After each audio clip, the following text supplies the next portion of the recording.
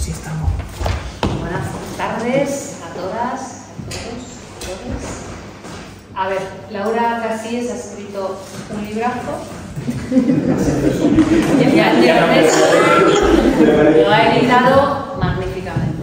Entonces tenemos La Organicidad Suprema, que es un estupendísimo libro, profundo, libre, honesto, editado de maravilla, con esta cubierta.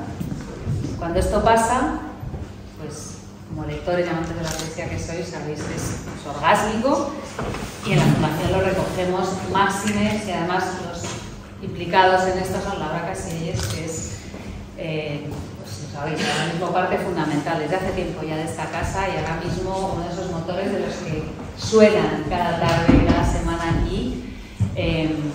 Estupendísima poeta, nacida en Pola de Siero en el 86, que llevaba además 10-11 años, lo acabamos de decir con estupefacción, sin publicar desde el libro anterior, pero bueno, que había publicado ya mucho desde muy jovencita, Soldado que huye en Hesperia en 2008, Los idiomas comunes, que publicó Hiperión en 2010 y que era premio joven Antonio Carvajal, y luego fue premio nacional de poesía joven Miguel Hernández, Las señales que hacemos en los mapas, libro de Lerida en el 14, y este Más adentro, que muy brevemente a mí nos ha impresionado aquí muchísimo, ¿verdad, Pablo? Pablo va a recibir con amor, como merece, pero estoy encantada que esté aquí Ángelo Nestore, extraordinario poeta, magnífico editor, además, que está poniendo encima de la mesa un montón de libros que van a ser imprescindibles y que están siendo ya, recibimos las novedades con verdadera curiosidad, que yo creo que es uno de los sentimientos más poderosos que existen. Le agradecemos un montón, además, que se haya dado el salto desde el sur para acompañarnos hoy. Siempre es un gusto tenerte y está bien, por supuesto. Y os decía que el libro de Laura, muy brevemente, además de habernos impresionado en general en la casa muchísimo, y no nos puede la subjetividad, como decía mi abuela, sin pasión, pero sin pasión lo digo. Es un libro que hace una cosa muy difícil, yo creo, que se sitúa no en la herida, en los palimpsestos de herida que suponen el vivir. Alguien que ha estado aquí un rato es inevitable, y desde ahí hace algo muy productivo, muy nutriente para quien lo lee con el lenguaje, y lo hace además renunciando a todo tipo de retóricas y con una honestidad que convence. Al final, la poesía, como dice Oriol García Valdés, es ese lugar en el que no se miente. Y si se miente, se nota muchísimo la postura, y es un libro absolutamente honesto, un regalo de vida, de sabiduría, durísimo también. Bueno, ahora lo vamos a disfrutar. Para nosotros es una alegría inmensa tenernos esta tarde, una bellísima. Y aquí está Pablo. Bueno, yo voy a aprovechar también, antes de presentar a Ángelo, a unirme a la colaboración Julieta, que gusto tener a Laura en la vida, en general, en esta fundación sobre todo, y agradecerte todo lo que das en general, ¿no? a esta casa, a Julieta, a la persona y a mí, a la poesía, a la cultura, a España.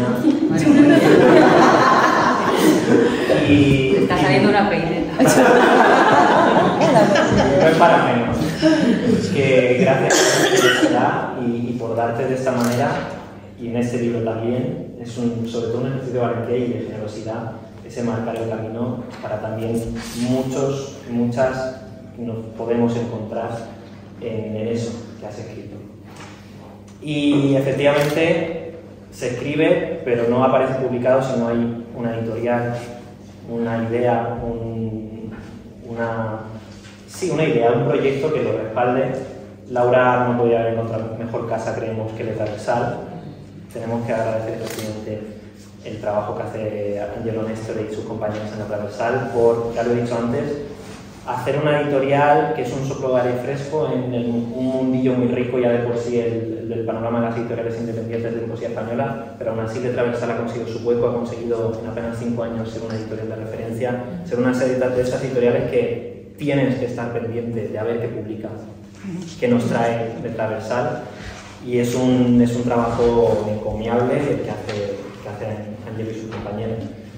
Letra Versal es una editorial de poesía nacida en Málaga en 2020 y en apenas 4 años y 3 meses ha publicado 42 libros, como he dicho, 42 títulos muy diversos, pero todos de muchísima calidad, que une a poetas ya reconocidos y consolidados como pueden ser Berta García Faez, Alberto Conejero, Alejandro Palomas, pero también apuesta a Sara Torres, pero que también a la vez apuesta por nombres nuevos, con esos 2 premios que lleva ya del Traversal, voces que están empezando y que necesitan ese empujón y que merece la pena, ¿no?, que se les dé ese empujón.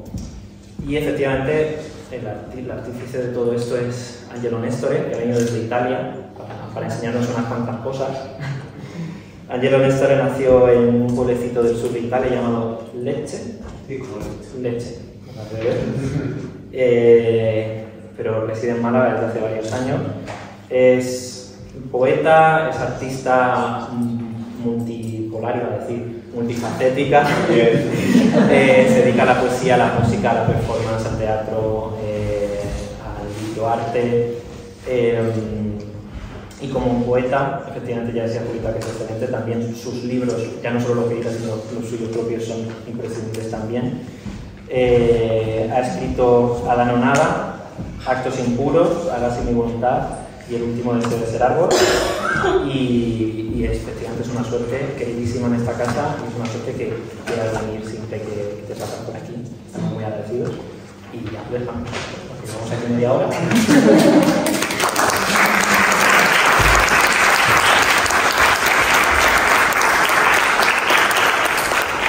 Bueno, pues buenas tardes ahora desde aquí. Muchísimas gracias a todos por estar aquí. No os doy la bienvenida porque estáis en casa. Sí, las gracias porque os hayáis quedado a la presentación en vez de ir a las cañas, siempre difícil decisión. Estoy súper emocionada de estar aquí.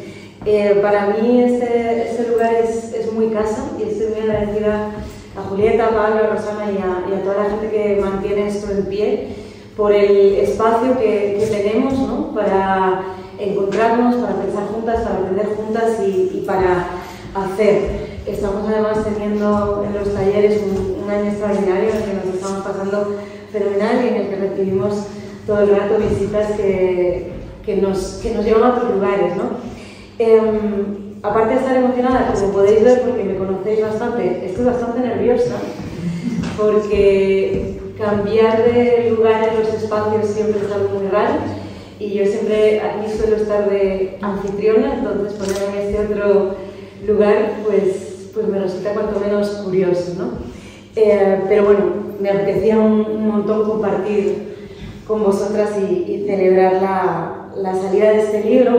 Bueno, claro, estoy nerviosa también porque es que sois el público más exigente y difícil que tendré jamás, entre otras cosas porque estamos entrenando juntas para ello, ¿no? Entonces, como que, y de hecho esto hablaremos luego. Yo cuando escribí este libro, una de las cosas que creo que me ha pesado y acompañado y que ha estado ahí como un fantasma todo el rato es el hecho de estar impartiendo talleres desde hace años, porque todo el rato, por ejemplo, en los procesos de corrección decías, a ver, claro, en los talleres con lo de la revisión está muy pesada y tal, no puedes hacer cosas que le dices a la gente que no hay que hacer y tal. Entonces, claro, nervios. Bueno, total, que pese a eso tenía muchas ganas de presentarlo aquí, de charlar con vosotras y vosotros, y se nos ocurrió que no había mejor manera de hacerlo que en compañía de la editora, de Angelo Nestore, porque claro, como decía Pablo, ¿no?, a veces se nos olvida que los libros no se hacen solos y que más allá del proceso de pensar, de escribir y de poner todo esto en marcha en las cabezas, pues también está el componente material y los muchos oficios de la cultura sin los cuales ni los libros, ni el teatro, ni la música, ni los museos, ni nada estarían ahí, ¿no?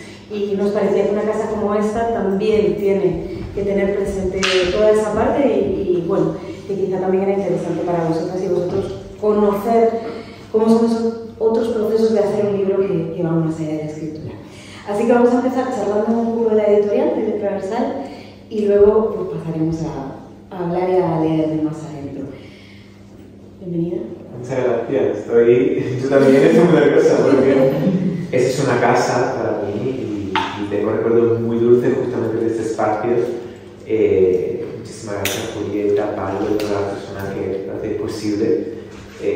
Pero lo mismo, el público público más exigente del mundo.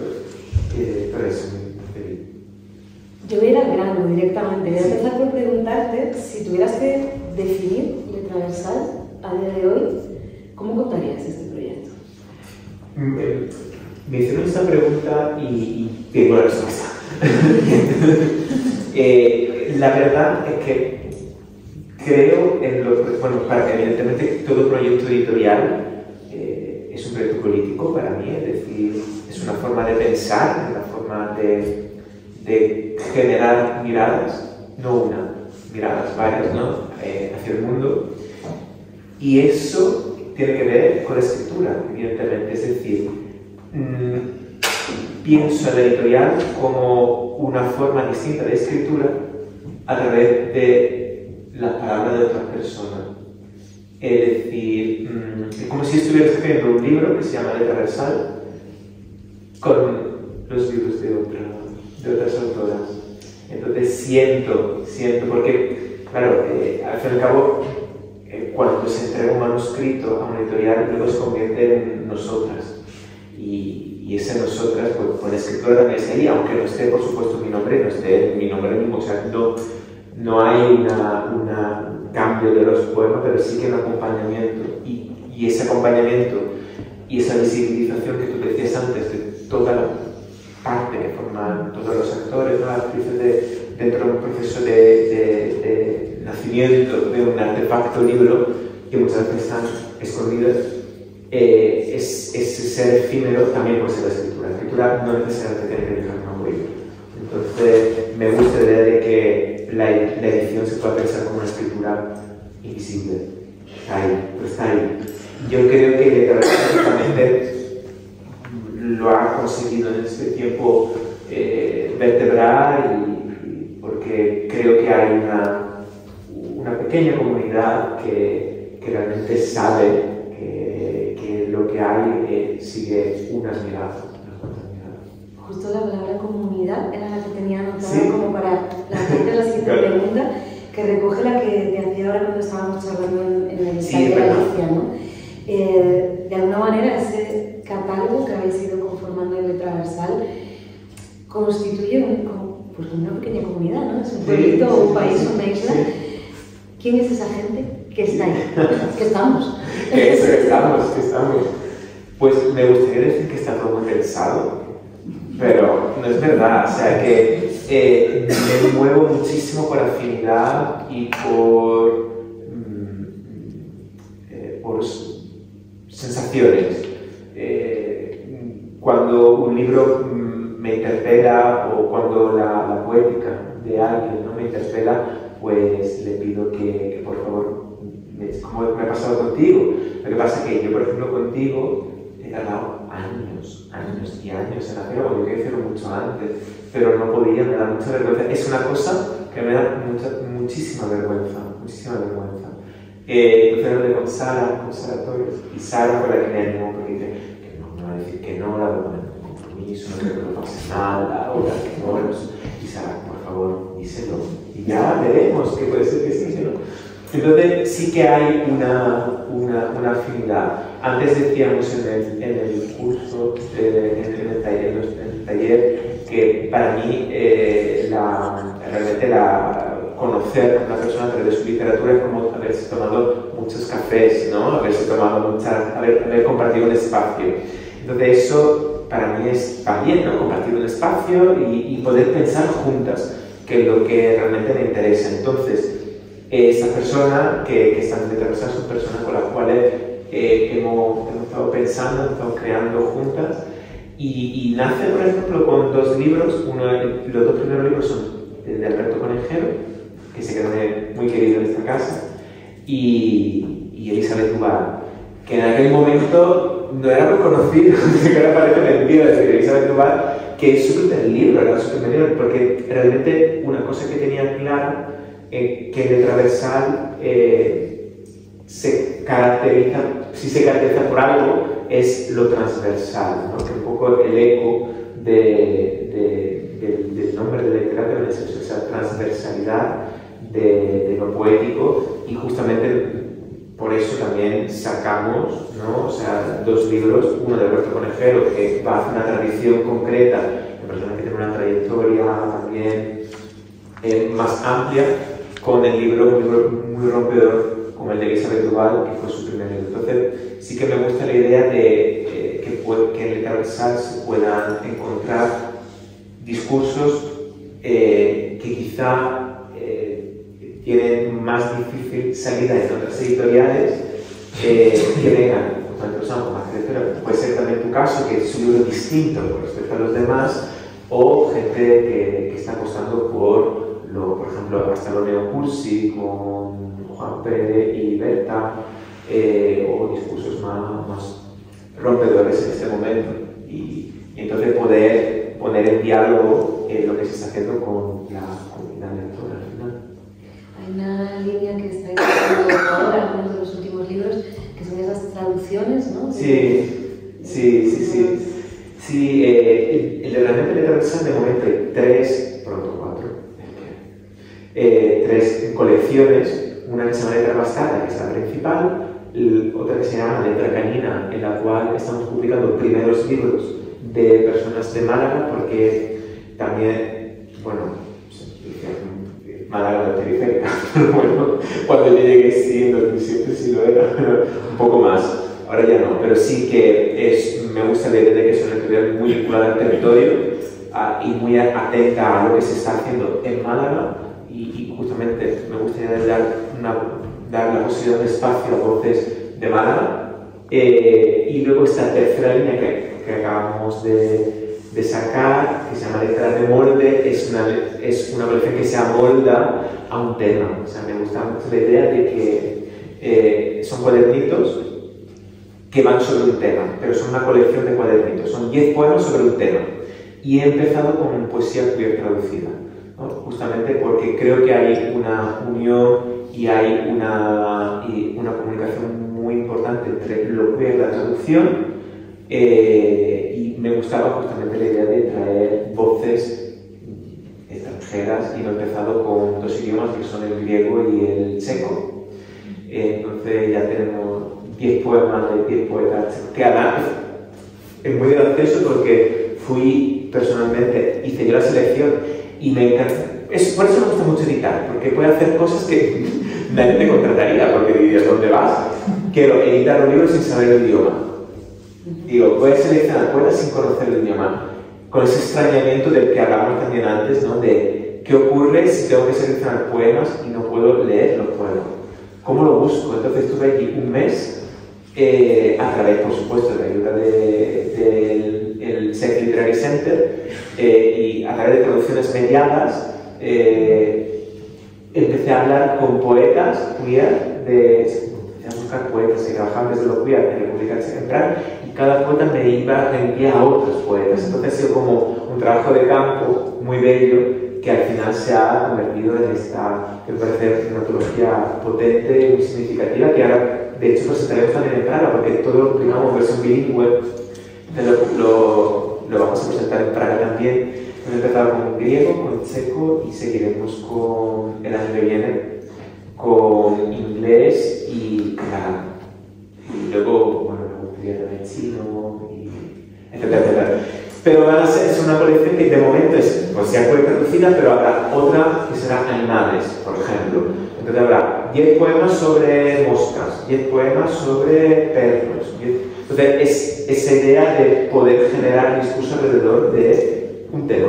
No sé, me parecía gracioso, no sé. Y luego en septiembre creo, saldrá una 4ª colección que es poesía fuera del formato poesía, o sea, fuera del verso. ¿Es posible pensar la poesía fuera del verso? Probablemente sí. O sea, mi respuesta es sí. Entonces saldrán libros que yo pienso que son poéticos, pero que no necesariamente, que no están escritos en versos. Entonces estoy trabajando sobre un folleto de supermercado que realmente es una obra de teatro, poética, un dispositivo de literatura de Sara García, va a ser un cómic también de la García Internetti, que ha convertido en cómic poemas de poetas entre las cuales también no Miguel Reyes. Entonces me gustaba esta idea de llevar justamente mi escritura y mi apuesta, mi forma de ver el mundo y ver la poesía a la editorial. Siempre he creído que al fin y al cabo la gestión cultural, a través del festival, por ejemplo, de Irreconciliable y a través de la edición, puede ser un espacio de creación. O sea, yo creo que estoy escribiendo, que estoy creando a través de esto. Así que, de hecho, ahora no estoy escribiendo poesía, porque yo estoy... Y además es muy bonito porque muchas veces cuando no tienes nada que decir, mejor no escribir. Entonces, cuando no tienes nada que decir, es muy bonito poder acompañar y crear de otra forma, o sea, no desvincularlo de la poesía, sino hacerlo a través de esto. Me parece muy bello. Es un lujo para quienes estamos con vosotros que lo hagáis desde ahí. Después vais a ver, cuando estemos ahí tomando algo, que hay una mesa con un montón de libros de Editorial Universal y la idea también es que podamos charlar un poco sobre ellos, que los veáis, que sepáis y qué curioséis, ¿vale? Te hago una pregunta más, para que habláis así como un montón las orejas. Otro proyecto de la editorial es un premio para primeros libros. ¿Qué interesa? ¿Tenéis una por aquí? Sí. Mira, realmente no lo vamos a hacer por los primeros libros. Vale. Lo que pasa es que encargamos primeros libros. Vale. Por eso. Yo pensaba que era. Sí, no. Vale. Pues no, error. Lo estoy pensando, no. A proyectos de libros. Sí, son proyectos de libro que realmente, un poco con el espíritu de la editorial, que es crear justamente esa familia, porque de verdad que para mí es esto, ¿no? O sea, pasa en todo, como a mí me gusta ser muy transparente y también creo que la edición y los nuevos proyectos editoriales nacen también para mejorar ciertas prácticas que quizá por la cuestión generacional no han evolucionado, creo, todo lo que deberían haber evolucionado y entonces, claro, hablar de diferencia entre edición, autorización, de porcentajes de autoría, de números de venta, liquidaciones, creo que es una lógica, ¿no? O sea, no deberíamos estar hablando de eso, pero creo que es importante porque la poesía a veces se escapa, ¿no? de esto también porque estamos hablando de algo muy marginal. Para pensar ese marginal, creo que una editorial siempre es una empresa que está dentro de un mercado y está vendiendo libros. Entonces, no hay que olvidar nunca de todas las, como dices tú al principio, todos los actores que forman parte del sistema editorial, en el cual está la autora que merece su lugar, que no viven solo del aire y de, oh, qué bonito, es publicado. No, también, aunque sea algo muy simbólico por el número de ventas de poesía, que nunca va a ser como una novela o un ensayo quizás, pero que también que se dignifique el trabajo de la autora. Y entonces yo de eso había pensado cómo poder hacer un libro un poco como un premio comunitario. Es decir, claro, he pensado, ya que es un libro que un premio que se autofinancia, porque me gusta la idea de la libertad de nadie, claro, es bonito porque si yo puedo permitirme crear un premio de poesía con una cantidad simbólica, que son 1.000 euros de premio, lo puedo hacer porque realmente se están vendiendo todos los libros. Es decir, estos 1.000 euros no son solo míos, estos 1.000 euros son de todas las autoras. Entonces, desde allí nace la idea del premio. Y me gustaba la idea de que fuera un premio sin edad, que todo el mundo se pudiera presentar, y también soy muy pesado con el tema de la traducción, pero pudiera entrar dentro de un premio nacional y no específico para idiomas concretos, lenguas minorizadas de España. De hecho, este año ganó un primer premio, un primer libro, confundo la palabra, libre premio, Dios mío, un primer libro de un poeta asturiano y se ha publicado en bilingüe. Se ha publicado en Málaga. Sí, en Málaga se ha publicado el libro asturiano. Sí, muy curioso y muy bello. Además, es una persona que ni siquiera tiene redes sociales, como cuando abrimos la película. ¿Y quién es esa persona? y fue muy, es muy bello. Bueno, efectivamente estuviste también en el jurado junto a César Cañero y a Paula Melchor, que ha sido ganadora del primer premio. Bueno, y que decir del libro de Paula Melchor, de Amor es el gran, la editorial de su gran venta, pues el libro más vendido de la editorial, es el premio Universal. La verdad que me da muchísima alegría porque también pone en el centro cuestiones que tienen que ver con lo rural, el pueblo, la comida, la familia. Muy bello.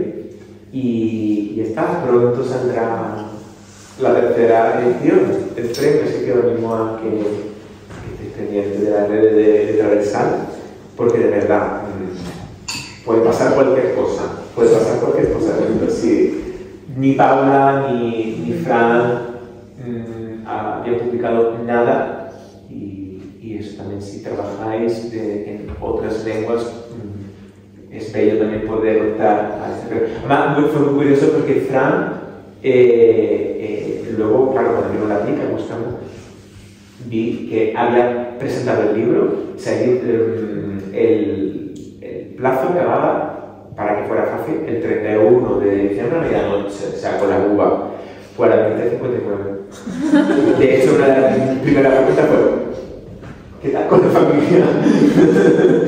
¿Por qué no estaba? Y dice que estaba a punto de no mandarlo, pero justo antes de la uva pensó: venga, lo voy a mandar. Y fíjate cómo puede cambiar, ¿no? la historia, esa... Pero claro, estudié en asturiano, se sentía muy seguro, y fíjate, ha sido muy bello. Es esto que os animamos a que sí. Y de hecho, el último libro de la relación de casa, que es el 36, ¿ha sido tu libro? Ahora te asalto yo con... más adentro. En primer lugar, de verdad quiero públicamente darte las gracias por la generosidad a la hora de todo el proceso de edición del libro. No todo el mundo es así de generoso, ¿no? Cuando está poniendo en común unos textos que además llevamos mucho tiempo, ¿no? Llevamos 10, 11 años allí. Y me parece muy bello porque hay un verso que dice que todo el mundo lleva dentro un jardín. Y es cierto que quizás tus otros libros de poesía, corrígeme si me equivoco, quizá dialogaban más entre este adentro y un afuera. Y este libro sí que va, como dice el título, más adentro, ¿no? Y a mí me parece un libro muy valiente porque decir estas cosas, ¿no? Es importante, porque decir lo que nos dicen que no hay que decir, lo que hay que guardar en una carpeta y publicarlo y compartirlo, es muy valiente. Es muy valiente, muchas veces más valiente que dialogar con una afuera, dialogar con una actualidad, decir lo que nos dicen que no hay que decir. Y por eso te quería preguntar un poco sobre lo especial que ha sido para ti también este libro, que quizá no se ha pensado como una unidad desde el principio, sino que se ha ido conformando, ha ido mutando con el tiempo, y al final sí que adquiere ese tono, que también, luego hablaremos de esto si te apetece, pero que también tiene hasta una narrativa, ¿no? Es como el mar, ¿no? que te lleva, ¿no? hacia un lugar, que hay una masa que te lleva hacia un lugar, pero a veces esa masa es transparente y te puede llevar hacia abajo y arriba también, ¿no? Entonces eso me parece esa idea, por eso está cubierta, ¿no? De este mar que va hacia el lugar, pero que también es capaz de ir hacia atrás. Sí, es un libro que en cierto modo se ha ido haciendo un poco solo, a su aire, con todo eso que una va notando, pero que no pensaba que fuera a formar parte de un libro, ¿no? Decías esas cosas que nos dicen que no debemos decir, bueno, incluso ni siquiera, lo que está como más abajo todavía, lo que no hace falta que se nos diga que no hay que decir, porque ya nosotras mismas nos decimos que no importa, ¿no? Yo efectivamente los proyectos de escritura y de hacer que había priorizado y que había puesto por delante, como en los últimos años, tenía mucho más que ver con un afuera, con un hacer en común, con un pensarlo público, con otro tipo de temas, ¿no? Y claro, lo que pasa es que mientras estás en todo eso, mientras estás en el lío cotidiano, te siguen pasando un montón de cosas por dentro, más adentro, que en realidad son las que te obsesionan, las que hacen que no duermas, y en las que mandas audios de 10 minutos a tus amigas cada día por la mañana, pero que aún así te dices que no son a las que hay que dedicar el tiempo, la atención y la energía a la escritura, ¿no? Entonces, antes en el taller hablábamos y alguien preguntó, o comentabas tú, Ángelo, sobre escribir en presente, ¿no? Si en algún momento realmente estamos, creo que eras tú, Mónica, ¿no? Si en algún momento estamos realmente escribiendo en presente, pues este libro un poco sí. Lo que pasa es que luego, y ahí vamos después, hay mucho trabajo posterior, ¿no? Pero sí que el crudo de este libro era muy en presente porque era tomar notas, sea en una libretilla, en un papel o en el móvil, pero muy de desahogo, muy de lo que te está pasando. Sea una conversación que acabas de tener, un sueño cuando te acuerdas por la mañana, una imagen que se te aparece, pero no volvía a ello, lo iba dejando en la carpeta de las cosas a las que si acaso le prestarás atención más tarde. Pasa también que los últimos libros que había publicado, por ejemplo, las señales que hacemos en los mapas, que hay algunos textos de aquí que en realidad están escritos a la vez que las señales que hacemos en los mapas, o incluso antes, pero ese es que era un libro muy temático, tenía que ver con un viaje por Marruecos, un tiempo y un espacio, entonces no cabían esas otras cosas, ¿no? Entonces eso, se iban quedando ahí en esa carpeta, y me acuerdo que la primera vez que saqué algunos de ellos y empecé a pensar si tenía como sentido darles forma, fue para un recital aquí, pero hace un montón. Algún día que vinimos varias personas a leer, entonces yo dije, bueno, voy a traer algo de esto nuevo, porque claro, una cosa que pasa cuando llevas 10 años sin sacar libro nuevo es que estás viviendo de rentas, de un libro que escribiste hace no sé cuánto y ya lees los poemas y te da hasta que vergüenza. Además, lo escribiste mucho antes de que se publicara, es que es de 2014. Puedo seguir leyendo las palabras elementales hasta la mayoría. Entonces, cuando abrí esa carpeta para mirar algunos textos, para un recital de aquí y para otro momento que dio como mucho impulso, que fue el Festival del 4 de agosto en Logroño, en el que sacan como un cuadernito, ¿no? Cada año. Entonces junté algunas cosas, me puse a trabajar sobre esos borradores que había, y entonces ahí fue la gran sorpresa de encontrar que cosas que había guardado, que había escrito, ni me acordaban cuándo, decían exactamente lo mismo que me estaba pasando ahora, ¿no? Que de alguna manera la repetición era total. Y claro, entonces dije, vale, el libro es eso, el libro es la pregunta por esa repetición. ¿Por qué estar caminando los mismos caminos? ¿Son o no son los mismos caminos, no? Y entonces, bueno, ahí ya empezó como un poco el trabajo más de pulido y de escritura, que consistió en realidad en ir juntando todo eso y decir, bueno, pues este poema que fue escrito 5 veces, vamos a convertirlo en uno solo, ¿no? O en varios que se vayan encontrando a lo largo del libro, lo que sea.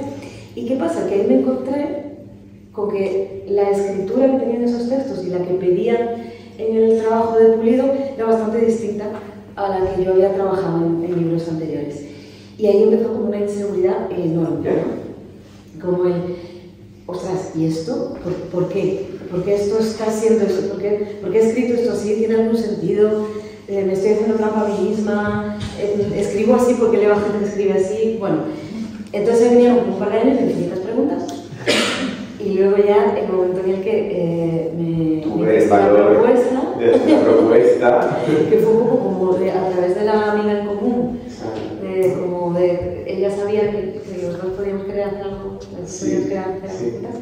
y entonces ahí empezamos el camino común, ¿no? Sí. Que ahí te vuelve loca. No, para nada, en absoluto. De hecho fue muy bello. Claro, es que realmente cuando editas, es que es un lujo, porque estás... Es como entrar dentro de la casa de alguien que admira, ¿no? Admira su escritura, además por supuesto de ser amiga, pero por supuesto está en su casa. De repente la ves, o sea, que tú estabas en pijama, en cabeza, quiero decir. Ver una Laura insegura, frágil, es como verla en una intimidad que te puede dar también la confianza de enseñarte en pijama a otra persona. Pero sí que eso me parece algo muy bello y eso sí que me parece un verdadero lujo, ¿no? Porque estás en pijama, tú estás en pijama, yo también, porque digo, yo también, no sé, vamos a ver, ¿qué vamos a hacer? Y es verdad que luego cuando te invitamos a leer, fue la primera vez que escuché los poemas, te invitamos a leer los poemas en el cementerio, fue wow. Y a partir de ahí estuvimos trabajando, podando un poco, y me gustó muchísimo porque hubo un diálogo y hubo justamente unas sugerencias a las que tú también contestaste y como, sí, no, pero esto no, por esto y esto, me abriste otras puertas, ¿no? De lectura del libro. Y de repente fue muy bonito porque me fue compartido con José, que es todo un poeta también de la Lotería. Dices poda y dirá esa gente. Sí, no, poda. Hubo mucha poda. Sí. Pero no son 11 años de escritura. Claro, es que es eso, podrían ser un montón de libros en realidad, sí. No, el proceso también de trabajo del libro con vosotras también fue compartido con algunas amigas, sí. Bueno, varias de las cuales estáis aquí y sabéis lo mucho que ha ido cambiando este libro en realidad, ¿no? Porque al final al tener tantas piezas sueltas se pueden unir de muchísimas maneras diferentes. O sea, con todo ese material que había podían salir muchos libros distintos. De hecho, el libro ahora tiene 2 partes, al principio tenía 3. Y fue, por ejemplo, charlando con Alba González, que está aquí, que vimos con claridad que no eran 3 partes, que eran 2, ¿no? Tomando cervezas en vacaciones, tampoco creía que eran conversaciones de ponerse a pensarlo, pero ha cambiado mucho por la conversación, ¿no? Sí. Pero fíjate que yo no creo que sería un mal libro este libro, ¿eh? No sería. De verdad, aunque no, es que hay una parte, o sea, de hecho es bello porque como estas 2 partes están muy claras porque creo que la primera parte tiene que ver con el desconocimiento, ¿no? Como con mirar algo que no comprendes bien, y la segunda parte la de la realidad. O sea, no sé, por lo menos como las conversaciones que te dan como ciertas herramientas para leer el mundo, y de repente ya no hay respuesta, hay más preguntas. Es bonito que hay más preguntas. De hecho es un libro de preguntas.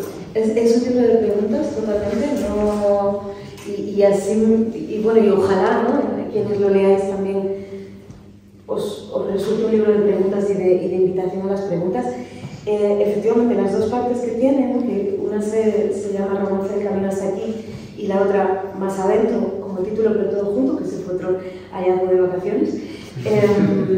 Romance del Camino hasta aquí, bueno, he dicho alguna vez, medio en serio, medio broma, pero bastante en serio, que la primera parte es las cosas que te pasan y la segunda cuando pasas por terapia. Por terapia o por las conversaciones. Sí, claro, es que es así. Entonces la primera, que es una parte muy larga, de más de 100 páginas, va un poco seguida, no, que esto fue algo de lo que os tuve que convencer un poco, ¿no? Sí. Claro. Y luego me convenciste. Sí. Que tenía que ser así, y lo vi. Porque pretendía, ¿no? Pero si se consigue o no, pues ya lo veremos, pero pretendía que fuera como nos ocurren las cosas. Cuando las cosas nos ocurren, no vienen separadas en partes, no vienen con título ni con cierre. Y además, bueno, la elección formal, ¿no? De que en el libro no hay puntuación, ni mayúsculas, pues es que cuando estamos agobiadas en casa pensando, no hay puntos, ni aparte, ni seguidos, ni comas, ni nada, ¿no? Entonces esta primera parte va así, como muy al cholón, con las cosas según van pasando. Y la segunda, que sí que tiene varias sus partes, con sus muchos títulos, con sus muchas citas y su tortura para María Luisa, la maquilladora, que si tú no sé si me querías matar, pero ella seguro que sí. No, yo no, porque esa parte, vamos, yo paso, pero es verdad que la maquetación ha sido también compleja, pero tú has, vamos, faltaba que te pusieras tú con el InDesign, de verdad, has sido muy generosa. Sí, no, pero de verdad que es un libro complejo a la hora de maquetar, no es un libro al uso. Pues esta segunda parte, ¿no?, que es la que lleva el título de Más Adentro, pero todo junto, Más Adentro, que ahí el hallazgo fue que si lo poníamos así, como más adentro, se convertía en algo así como un territorio, ¿no? como un lugar que se parece un poco al que finalmente está en la cubierta, que aquí también súper agradecimiento a Martín por la verdad, por esta ilustración increíble de una artista canadiense, mal por mí, pero tengo que mirar el nombre para no decirlo mal, Mandy Miller, que pues, yo quería una cosa súper rancia y vosotros encontrasteis el paisaje perfecto. No, no era rancia, pero es verdad que... Era serio.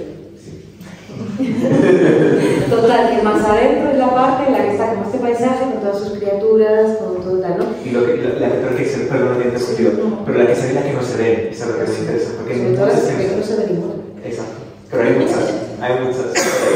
No solo del mar, también de la luna, sí. hay muchas criaturas aquí. Y eso, ¿no? Como por contar con lo del proceso, cuando os decía que estas dos partes antes eran tres, pues claro, ¿por qué eran tres? Porque yo había tenido como, hasta ahora, creo que casi todo lo que había escrito era mucho más desde lo racional, desde lo argumentativo, desde el intento de decir desde el pensamiento o algo así, ¿no?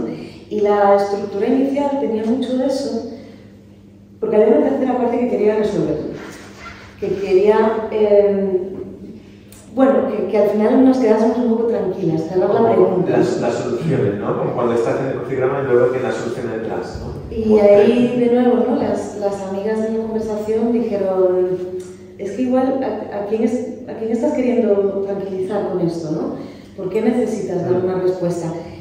Y bueno, ha sido todo un reto el de intentar mantenerse en la pregunta.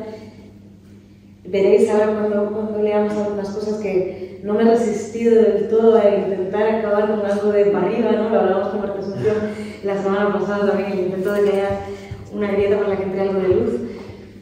Pero bueno, por lo menos no dar respuesta e intentar mantenernos ahí, ¿no? Sí, y eso es muy bello. A mí me fascina la literatura que me genera pregunta y no tiene la pretensión de sentar cátedra, ¿no?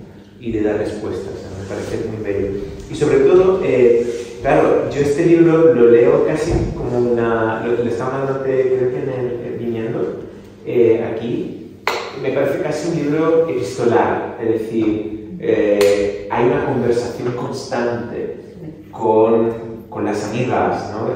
Por supuesto, amigas en el sentido más amplio, fluido y bello, ¿no? Me parece que un libro que tiene más voces, un libro que trabaja mucho con la oralidad y hay como ecos, como respuestas. Entonces, un libro que habla, en el que hay más voces, a pesar de ser un libro escrito solo por ti. Entonces, pero sí que interpela a esta otredad. Interpela a esta otredad, que es una otredad también como íntima, cercana. No sé si lo habías planteado también por así.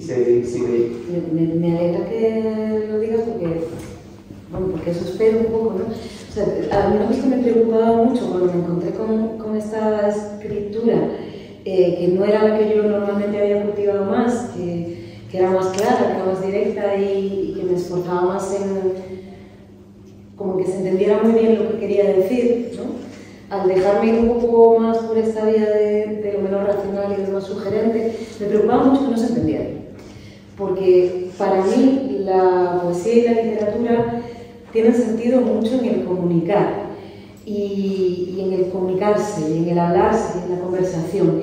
Y ya sabemos que esto no quiere decir, o sea, lo inteligible no es necesariamente nítido, no es necesariamente directo, pero sí me importaba, siendo un libro que tenía tanto que ver con vivencias propias y con emociones y eso, que no fuera mi movida solo para mí, sobre mí, desde mí, y que fuera lo común, ¿no? Aquello de la historia propia en lo que nos encontramos. Y por eso, claro que aparecen muchas voces, porque la historia que se cuenta aquí, que al final es la eterna historia de intentar entenderse y fracasar en el intento, pero que por el camino crezcan plantas y las habiten bichos, ¿no? Un poco lo que decías tú también en el taller, el si podemos encontrar una lengua en la que entendernos, resonando ahí desde Adrienne Rich hasta tantas otras, ¿no? Esa historia, que no tiene nada de extraordinario, que es ni más ni menos que la historia mil veces repetida y por repetir, ¿no? Pues claro que se cuentan muchas voces, la de todas con las que vamos hablando, ¿no? Y en esos 10, 11, 12 años que se van acumulando cosas en las carpetas, pues yo que sé qué es lo mío y qué es lo de las demás. Algo que está muy presente también en el libro son las citas. Hay un mogollón de citas en el libro, porque también apuntas a la vez que lo que se te va ocurriendo, lo que vas leyendo que te llama la atención. Y eso entra en diálogo con lo que estás escribiendo también. Y es muy bello, y eso un poco, si te apetece para concluir la conversación y para que podamos escuchar, esa capacidad que has tenido de colectivizar también esas inseguridades, colectivizar esa carpetita, ¿no?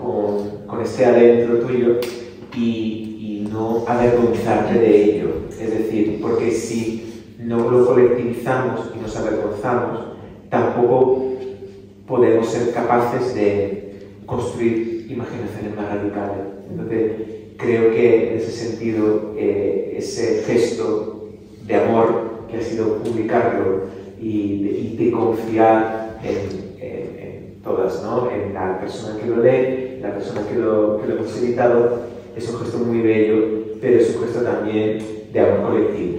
Qué bonito esto. A ver, vergüenza me da. Sí, claro, sí. No, pero creo que es importante decir que sigo rayada. Obvio, y ya que yo lo sé, pero normal, a mí también pasa con... Pero creo que es como importante decir eso y ponerlo sobre la mesa también, porque es parte de lo que el propio libro cuenta también, ¿no? Porque esto que a todo el mundo nos pasa y que son nuestras contradicciones, aquellas cosas en las que pues quizá no somos como querríamos o nos encontramos con nuestros muros, con nuestros límites, ¿no?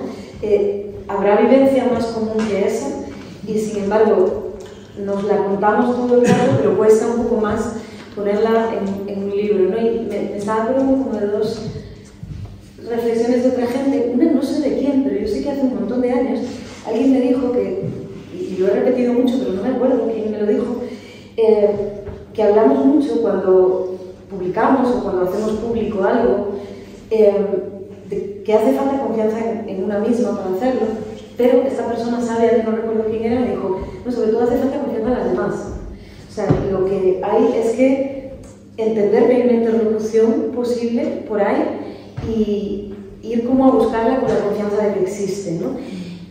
Y lo increíble es que cuando lo haces, claro que ocurre, y ocurre además de maneras mucho más, bueno, que te vuelven a sorprender, ¿no? Porque a mí algo que me está pasando con este libro y que es lo que más contenta me tiene de todo, es que no encuentro la conversación o la interlocución solo con quienes han tenido vivencias parecidas o solo con quienes yo pensaba que podían tener una afinidad más inmediata, sino que está abriendo otras conversaciones que quizá no eran tan fáciles de tener con personas que a lo mejor no estaban mirando desde la misma ventana, ¿no? Y ahí me acordaba de otra persona sabia que dijo una cosa con la que me quedé, a esta la escuchamos con Fran y con más amigas, con Ana, que en Alcalá hace un año así, que es una poeta extraordinaria que se llama Antonia Vicens, que en una clase que estaba dando una charla que estaba dando para alumnas de la uni, una chica le preguntó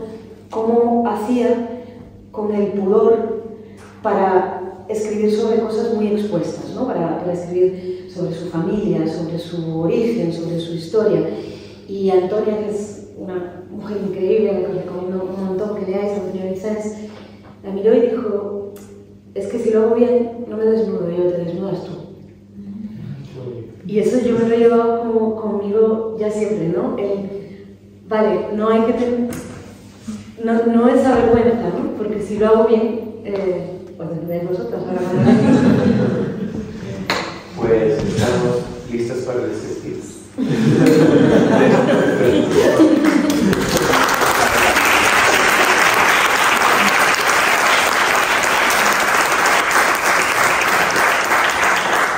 Bueno, pues voy a hacer un pequeño recorrido, así en una lectura más o menos seguida, aunque sí que hay algunas caras de explicación por el libro.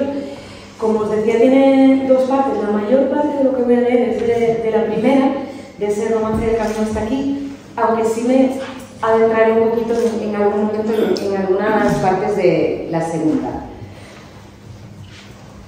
El libro, bueno, empieza... Bueno, no voy a intentar explicarme. Iba planeando tranquila, disfrutando las vistas, cuando le dijeron: ¿Tú qué haces? La gente no puede volar. Baja de ahí. Es imposible eso que estás haciendo. Dudó un momento. Verdes los prados y amplio el mar bajo sus ojos. Antes de decir: ay, sí. Disculpa, perdón, mientras posaba los pies en el suelo. De algún modo este podría ser el resumen de buena parte del libro. A partir de aquí hay una especie de flashback o de vuelta atrás. Os decía que uno de los ejercicios que empecé a plantearme cuando vi que en los borradores que encontraba en las carpetas había muchas repeticiones, fue intentar ir como seguir ese hilo, ¿no? Y ver esa repetición hasta dónde llevaba. Y claro, llevaba a la infancia, ¿no? De eso íbamos hablando también toda la tarde. De alguna manera, probablemente el libro es también una carta a la Laura pequeña o algo así. Y ahora leo un par de poemas o tres seguidos. Soñamos cuidadosamente por la línea de puntos. ¿Cómo dibujas una casa? ¿Cómo dibujas una familia? Un corazón atravesado por una flecha quiere decir amor. Escribe una redacción sobre el trabajo de tus sueños. No es buena cosa salirse al colorear. ¿Y qué hacemos con la estirpe de las niñas que siempre se quedaban sin elegir en todos los equipos? Siempre, siempre, siempre, hasta el final, sin desear siquiera nada, porque así son las cosas, igual que giran los planetas y crecen las semillas y sube la lluvia, hasta ser otra vez agua, igual que esta que ahora te secas con la mano sin que nadie lo vea, cuando por fin la última te nombran con desgana y vas, sabiendo que más que otra cosa eres un problema. ¿Qué hacemos con eso que llevan todavía ahí? Que les hace agradecer con vehemencia que alguien las nombre y entender que todo ha vuelto tan solo al orden normal de las cosas si se las desprecia.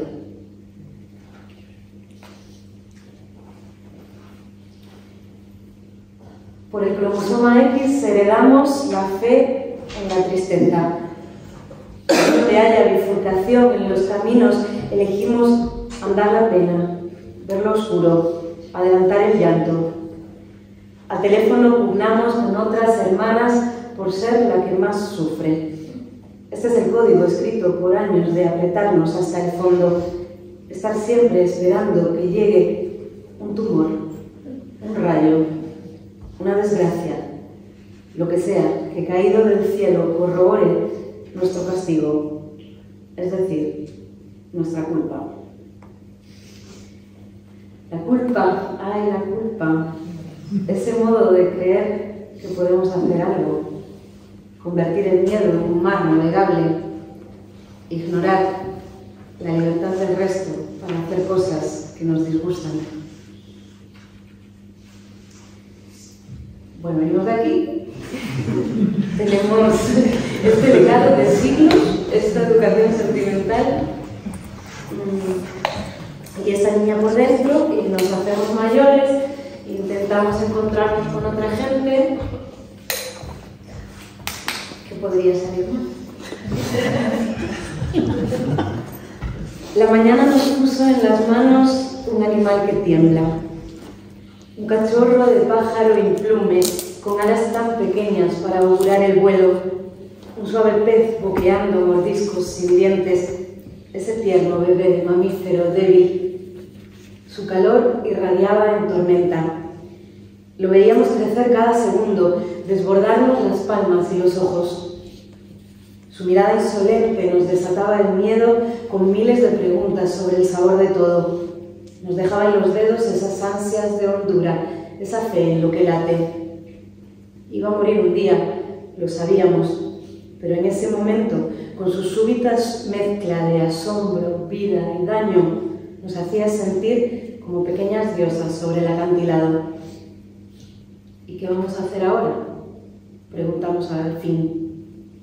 ¿Qué podríamos hacer ahora? ¿A qué ritmo es conveniente ir abriendo las dulces y pesadas puertas del corazón? ¿Cuándo la puerta del cuerpo? ¿Cuándo la puerta de la casa?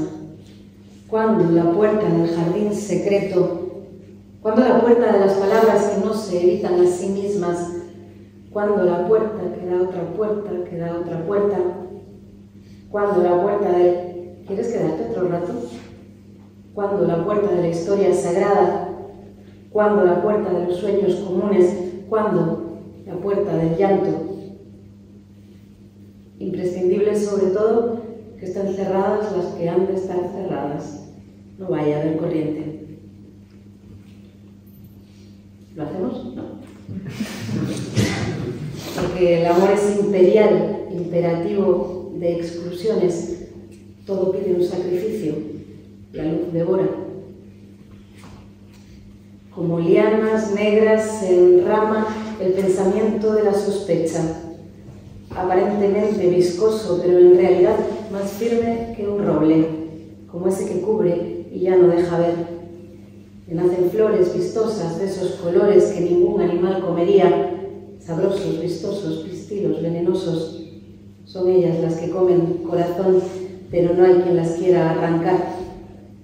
Como lianas negras se enraman, como serpientes. Como en esas comprobaciones de los latidos que preguntan si bastan para sostenernos, pusiste mi corazón sobre una cinta de correr y fuiste haciendo anotaciones. Estirado muchos kilómetros, aguantó. A los días de silencio, aguantó. Presencias, aguantó. Ausencias, aguantó. Siempre le pedías un poco más, estirando los límites. Todo aguantó, más que por sano, por bien entrenado. Pero luego, que por qué taquicardias en la noche, sobresaltos, cuando hay sorpresas al girar la esquina, o alguien se marcha soltando la puerta de golpe. Bueno, aquí hago un salto a la segunda parte, al más adentro. ¿Estáis bien?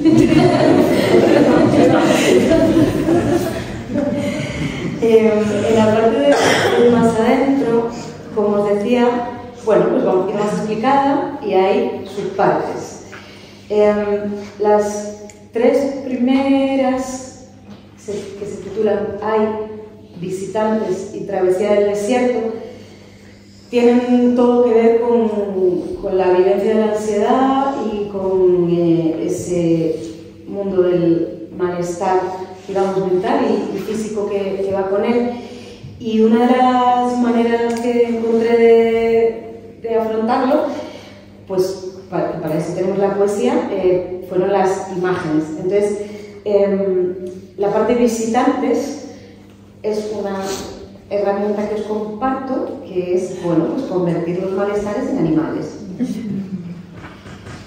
Al principio era el oso el que venía. Su llegada era innegociable. Aún no sé cómo podía ocurrir que diese un salto tan ágil y sigiloso para echárseme encima sin que yo me diese cuenta hasta el momento de estar ya atrasada.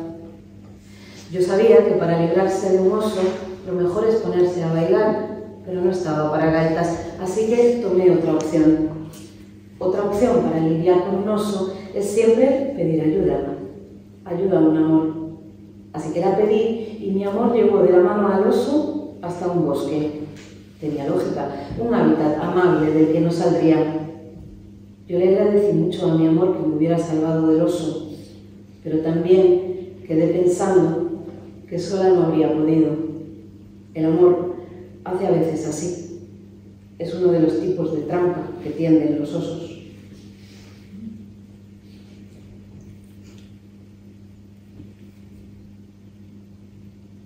Otra de las partes del más adentro es la que se llama larga noche, que son sueños. La parte de sueños lleva un par de citas. Una es de María Sanado, que nos estuvo visitando aquí hace poco, que es esa que dice: soñé que la calle Salitre era un río, pero me confundí porque de ser sería mar. Entonces aquí estos son sueños, esto es muy de ejercicio de taller, de hecho alguna vez lo hemos hecho, sueño como apelo. ¿Cómo cuentas un sueño? Pues como puedes. Y otro de esos sueños de secuestro. Creo que eso es algo bastante común, ¿no? Entra gente en casa y luego pasan historias. Bueno, el caso es que había mucha gente allí. No te sé decir quiénes, simplemente gente. Y lo que hacían los secuestradores era obligarnos a hacer cosas horribles. Los unos a las otras, a las unas, cosas violentas, sangrientas, devastadoras. Y si alguien se negaba, ¡pum!, se lo cargaban. Por ejemplo, a veces la casa no era una casa, era un navío y tiraban a alguien por la borda. Todo el rato se oían muchísimos gritos, eso era lo peor, los gritos. Me imagino que gritaría yo también dormida. Bueno, el caso es que al final del sueño quedaba solo yo, no sé por qué, porque lo malo no lo había hecho, así que supongo que no me escondí tan mal, o no grité. Bueno, entonces lo que me pedían era como muy sencillo, era destrozar mi espejo. Bueno, qué sencillo, cogí un bate y empecé a golpear. Y mi reflejo, y de golpe, golpe, golpe, golpe, lo estaba disfrutando en el sueño. Golpe, golpe, golpe, golpe, hasta que quedó en cachitos tan pequeños como un escarchado. Mientras seguía, oía a los secuestradores comentar: joder, le está dando fuerte, ¿no? Qué ímpetu la tía, joder, lo están reventando.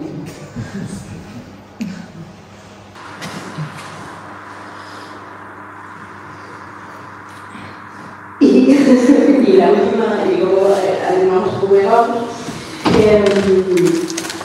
Otra de las partes del más adentro, que esta fue difícil de colocar en el libro, se cambió de sitio. Sí.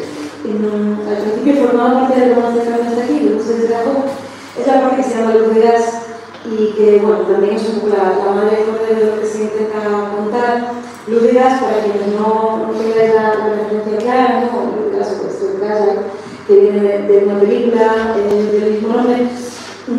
Es este término que usamos para decir lo que ocurre cuando alguien te hace dudar de tu propia realidad, ¿no? Cuando por cómo se recibe algo que estás contando, la otra persona pues te acaba dejando creyendo que quizá lo que has vivido ni siquiera es verdad. Entonces, aquí, igual que en los sueños, hay también pues recogidos, son poemas basados en hechos reales.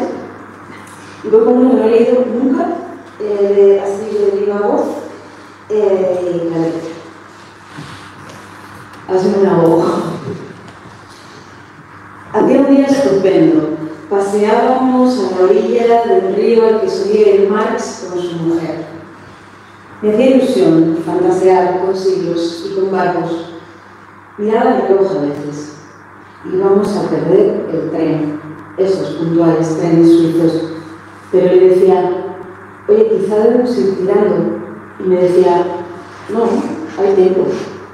Me parecía que no, pero estábamos tan bien, tan pocas veces teníamos tiempo. De pronto quedaba ya realmente el rato justo, bueno, menos que justo. Le dije otra vez: creo que no llegamos. Me miró: pero falta una hora. No, dije, esta tal otra. Mierda, gritó y echó a correr. Corrió, corrió, corrió. Yo nunca he podido correr mucho, esa niña gordita. Por delante de mis ojos, los canales eran las vueltas a la pista del instituto. Me ahogo.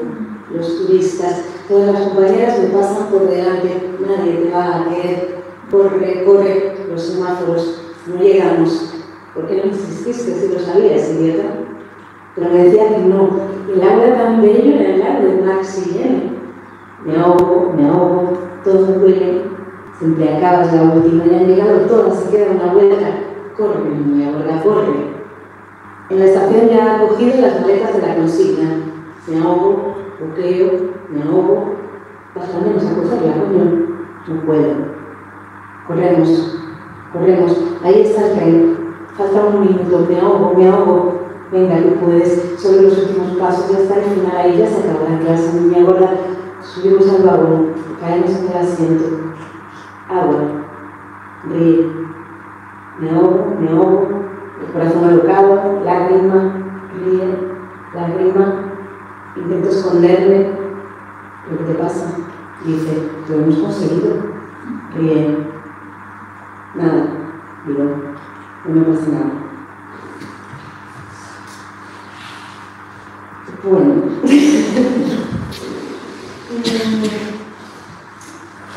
Hay una última parte del libro que intentamos tirar para arriba, ¿vale? Entonces,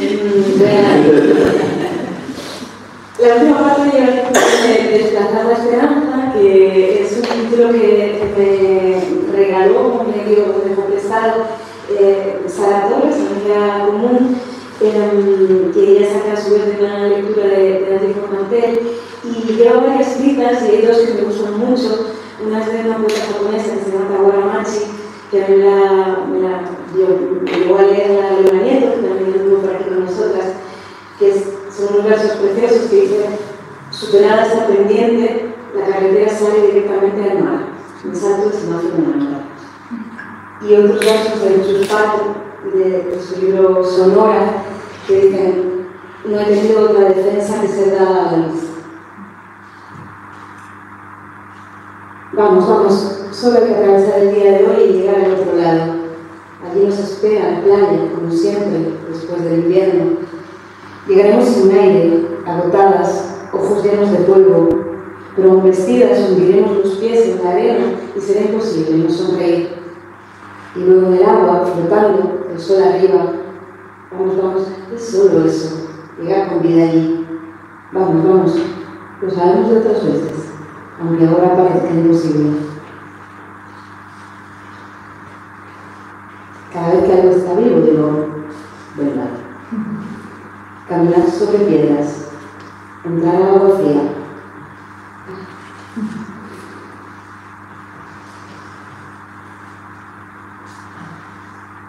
Y el verdadero final del libro, que dice simplemente: y recuerda, en esto que te cuento no hay punto, simplemente en algún sitio hay que parar, volver a empezar.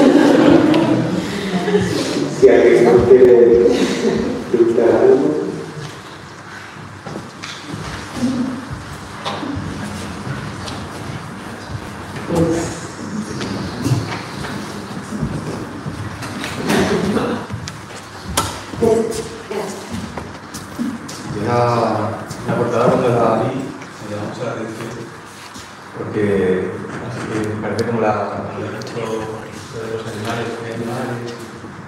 y todo eso, parece como ultravioleta, como la visión que tienen los animales y la mirada animal, esto de volver a las lágrimas y a encontrarnos, todo eso. Y eso que todo lo que no se dice, lo que es imposible para la poesía, está de alguna manera en el libro y la portada dice: te quiero agarrar porque es hermosa como el libro. Si la pones en la vecina, ¿qué pasa eso? Me parece bellísima la portada también. Y hay otra resonancia que tiene para mí, que como estamos en confianza y ya sabéis algunas cosas aquí, como digo, me parece mucho la carta de la luna del tarot. pero esto no fue breve. La carta de la luna me da mucho miedo, porque es una carta, o sea, a ver, me gusta mucho el tarot, pero no soy una mística, ¿vale? Lo un poco jugando, pero hay cartas que me dan miedo porque lo que te llevan a pensar es escondido, ¿no? Te llevan a pasar. Y la carta de la luna, que me parecía, es una nueva grande, y hay animales que salen del agua, y lo que se supone que representa es un poco el inconsciente de todo lo que tenemos ahí al fondo de la cabeza, y que igual que cuando hay unas llenas, nos volvemos un poco tranquilas todas, pues todo eso que está por ahí viendo, ¿no? O sea que bueno, si le vas a ver eso, no lo veo.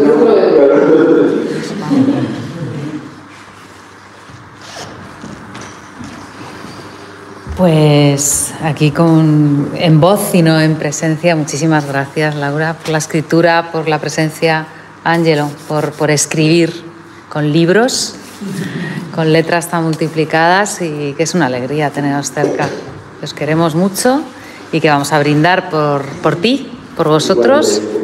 Es mutuo. Gracias.